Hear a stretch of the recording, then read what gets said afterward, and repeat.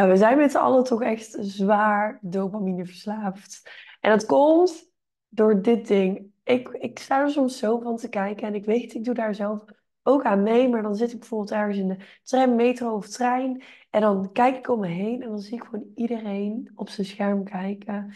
Of als ik vraag aan mensen van, gebruik je je telefoon veel en hoeveel dan? Ik deed laatst hier ook een poll over op mijn Instagram stories. Gemiddeld het grootste deel tussen de 4 en de 8 uur per dag. Een fit en energiek leven is meer dan alleen maar voeding en training. Het is een totaalplaatje van gezonde gewoontes en een sterke mindset. En deze acties uitvoeren vanuit zelfliefde en discipline. Nou, dat klinkt misschien als een mond vol, maar in deze podcastshow vertel ik je alle ins en outs die mij dagelijks helpen en ook mijn coachees dagelijks helpen. Ik ben trouwens Maudi, jouw host, en geniet van deze podcastaflevering. En als je deze aflevering nou leuk vindt, geef hem dan een duimpje op YouTube, geef me even een follow op YouTube of op jouw favoriete podcast app en laat ook een 5-sterren rating achter in jouw podcast app. Nou, dat is wel heel veel gevraagd. Nou, let's go!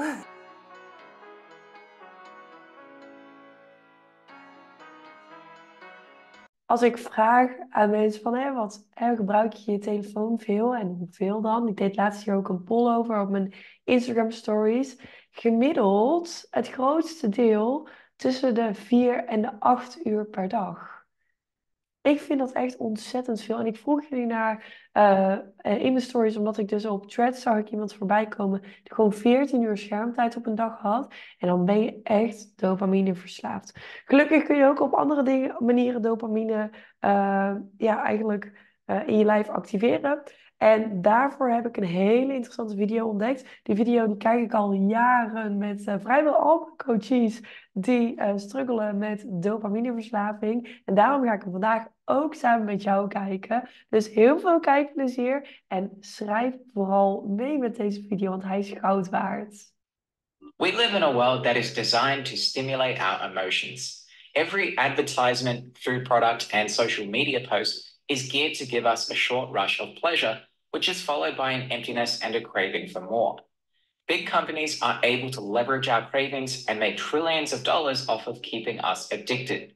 If you don't have a plan for yourself, you will be at the mercy of companies who will play on your impulses to control you like a puppet. You will sacrifice your free will, searching for happiness in a maze that's designed to keep you lost. Studies show that on average, people use their smartphones for about 3 hours per day. That's 1,095 hours every single year. Thankfully, there is a way to regain control over your impulses and take your power back through a practice called dopamine fasting. What's that, you say? Well, first we need an understanding of dopamine. Dopamine is a brain chemical associated with wanting. According to Loretta Bruning, author of Habits of a Happy Brain, dopamine is triggered by new rewards. That's why the first lick of an ice cream cone is heaven. 10 licks later, your attention wanders. You start thinking about the next thing on your agenda and the next. You still love the ice cream, but you don't feel it as much because your brain doesn't see it as new information. Your brain is already looking for the next great way to meet your needs. However, with video games, porn sites, and social media, your brain always has the next thing to be excited about because they are engineered to trigger constant dopamine release. I'm sure you are familiar with the feeling of wanting to make the day productive, only to look up at the end of the day and realize you spent 4 hours mindlessly scrolling through Instagram and checking notifications. You waste time, feel bad about yourself, and things that used to excite you no longer excite you like they used to. Klinkt dit niet super herkenbaar voor je, wat er tot nu toe al gezegd wordt? Ik herken het namelijk enorm. Ik had het hier ook met mijn beste vriendin Romy over. Heeft een beetje een gelijke onderneming als dat ik heb. Dus zij helpt vrouwen vrijwel een soortgelijke manier als ik doe, alleen dan meer in de hormonen. En we hebben het dus samen ook best wel vaak over gezonde gewoontes, maar ook destructieve gewoontes zoals deze. En ik ben vorige week, je hoort het misschien ook nog een beetje, ben ik de hele week ziek geweest.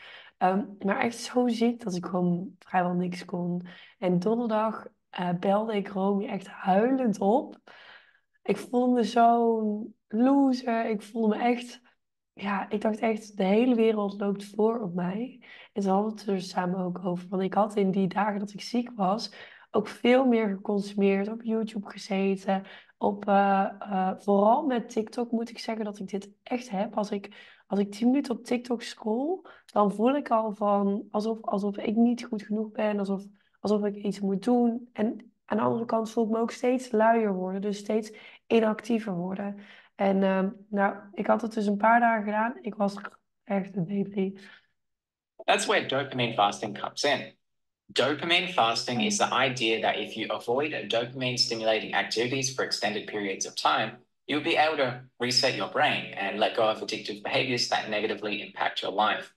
It's commonly misunderstood as reducing dopamine, but that's not true. Dopamine is necessary to function as a healthy human being.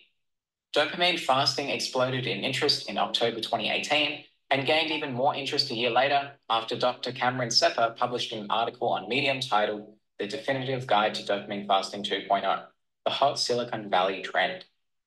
Dopamine fasting 2.0 is better defined.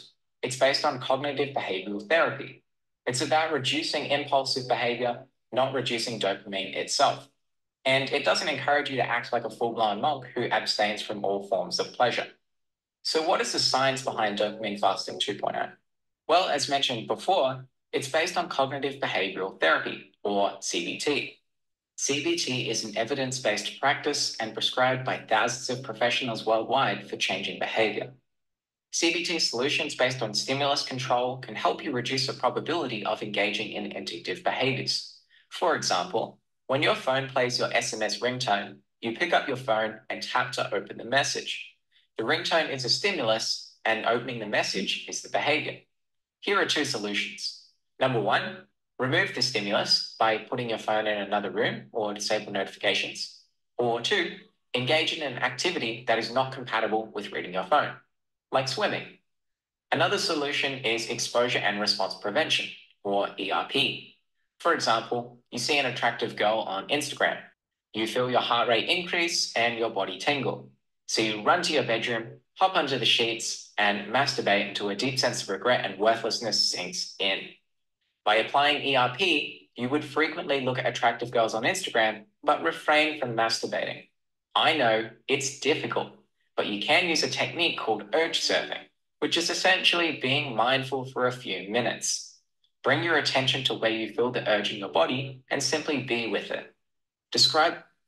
Ja, vaak is het ook vaak met zelfontwikkelingsvideo's zijn een beetje gericht op mannen.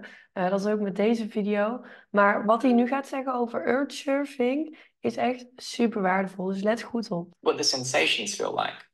When you are done, thank yourself and set your intention for what you'll do next in your day. This will become easier over time and you'll likely feel a sense of accomplishment. Now, at this point, you might be wondering, does dopamine fasting really work to manage your addictions? If by dopamine fasting you mean reducing your dopamine levels, the answer is no. But if you mean dopamine fasting 2.0 based on CBT, like we just learned, then yes. An analysis of 106 studies concluded that, in general, the evidence base of CBT is very strong. But how does dopamine fasting help restore your motivation? Well, sharp or prolonged increases in dopamine levels can reduce the amount of dopamine receptors in your brain. Dopamine fasting may help increase the amount of receptors you have through a process called upregulation. The more dopamine receptors you have, the less stimuli it will take to achieve the same amount of pleasure. If you don't eat processed sugar for a month, a single blueberry could give you the same amount of pleasure as your favorite ice cream. Dit is ook iets wat ik zelf merk en ik had het hier laatst met een van mijn coachees ook over, met wie ik nu 3 maanden samenwerk, wie eigenlijk een enorme zoete kou was. En dat ben ik eigenlijk voor mezelf ook best wel. En we zijn dus allebei vrijwel gestopt met snacken. En dan niet 100%, maar niet meer het als gewoonte hebben om tussendoortjes te eten, om te snoepen. Dus eigenlijk alleen maar als je echt denkt van nou, nu heb ik er gewoon echt zin in. Weet je wel? En dan, als ik nu bijvoorbeeld een paaseitje eet, of als ik iets eet wat zoet is, dan is dat ook veel intenser. Bijvoorbeeld ook bij het maken van limonade of oranje. Dat is veel intenser, daar doe ik veel meer water bij dan eerst. En dat zul je ook misschien het verschil zien van bijvoorbeeld mensen die altijd suiker in hun koffie doen. Die doen er altijd heel veel suiker in. Mensen die het af en toe maar doen, die doen er een beetje suiker in. En dat komt dus hierdoor. So how do you dopamine fast? There's 2 steps. In step 1, identify the behaviors that are causing you distress, impairment, or addictiveness. 6 common impulsive behaviors are emotional eating, internet and gaming, gambling and shopping, thrill and novelty seeking, recreational drugs, and porn and masturbation. In step 2, follow a dopamine fasting schedule. For example, let's say you want to reduce the amount of time you waste on your phone. You would refrain from using your phone for 1 to 4 hours every day, 1 day per week, 1 weekend per quarter, and 1 full week per year. Start small and gradually increase the amounts of time you spend away from your phone. These are guidelines, not concrete rules. Follow a fasting schedule that works for you. So now you know how to dopamine fast, but you may find it difficult to do. Keep watching because I'll share some tips that might make it easier for you to overcome your addictions and bad habits. So let's talk about routine and reward replacement. Imagine that you have a bad habit of going to the cafeteria to buy a Coke every day. Every time you drink the Coke, you feel bad afterwards and end up gaining weight. So you decide to do a dopamine fast. Instead of drinking a Coke every day, you try to only drink a Coke every 2 days. But you find this difficult. According to Charles Duhigg's book, The Power of Habit, here's what you can try instead. Number 1, identify the behavior. The behavior is the activity. In this example, Als je toevallig pen en papier bij de hand hebt, helpt het om deze stappen die hij nu vertelt mee te schrijven. Want dit gaat je heel veel helpen om een gewoonte die jou niet dient af te leren. getting up, walking to the cafeteria, buying a Coke, and drinking it. Next, identify the reward you're craving. A craving drives a behavior and rewards are what satisfy the craving. So ask yourself why you turn to Coke at the cafeteria. Are you thirsty? Do you want a sugar high? A moment to step away from your work? You desire social interaction at the cafeteria? Then experiment with 4 to 5 different rewards. On one day, you might drink a bottle of water. If after 15 minutes your craving has subsided, then it could be you've just been thirsty but got into the bad habit of drinking a Coke instead. Another day, you might go for a walk and call a friend. If after 15 minutes the craving has subsided, then it could be that you've just been craving social interaction. After each different activity you try, write down how you feel. After a number of days or weeks, look for patterns to see which reward is the one you are truly craving. Let's say you discover that the reward is the sugar high you get from drinking the Coke. Ja, en ik vind ook het mooie hieraan is, er wordt hier ook geen one-size-fits-all oplossing gegeven. Hè, van een bepaalde detox of iets doen. Maar het is echt het zelf onderzoeken door middel van zelfreflectie. Van wat is het eigenlijk? Waar heb ik eigenlijk behoefte aan? En waar kan ik dat door vervangen? En dus ook, nou ja, dat gaat hij nu dus verder vertellen. Maar daarom vind ik deze video zo waardevol. Het is geen magisch trucje. Het is gewoon simpelweg voelen, ervaren, reflecteren. The next step then is to identify the trigger. What triggers your craving for a sugar high?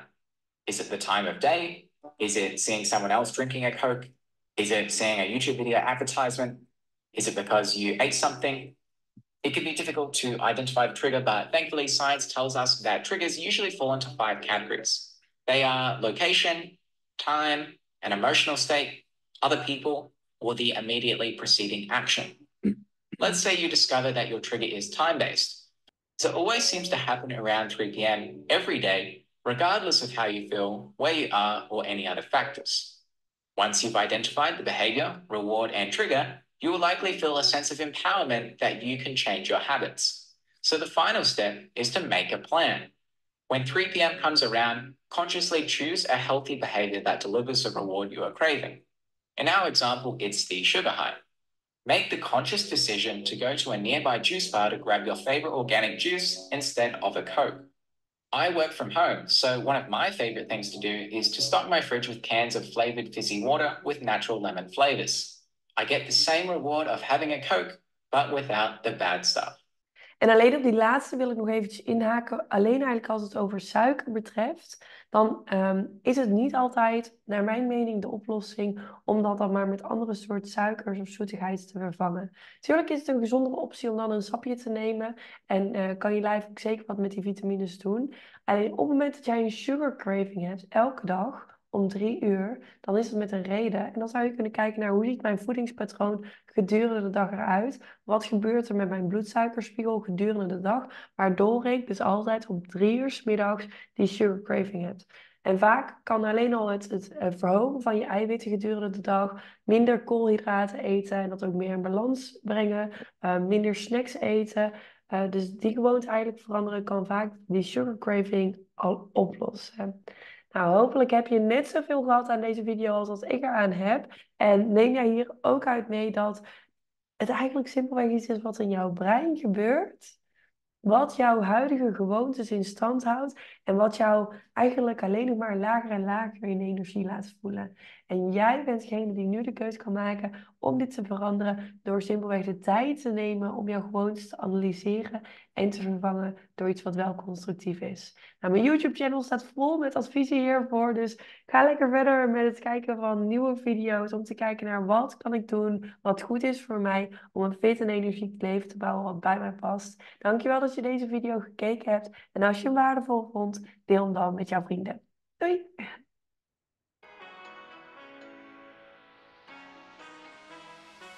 Dankjewel voor het luisteren. Denk je dat iemand anders ook iets aan deze aflevering kan hebben? Deel deze aflevering dan in jouw stories op social media en vergeet dan niet mij te taggen via @maudiroseline.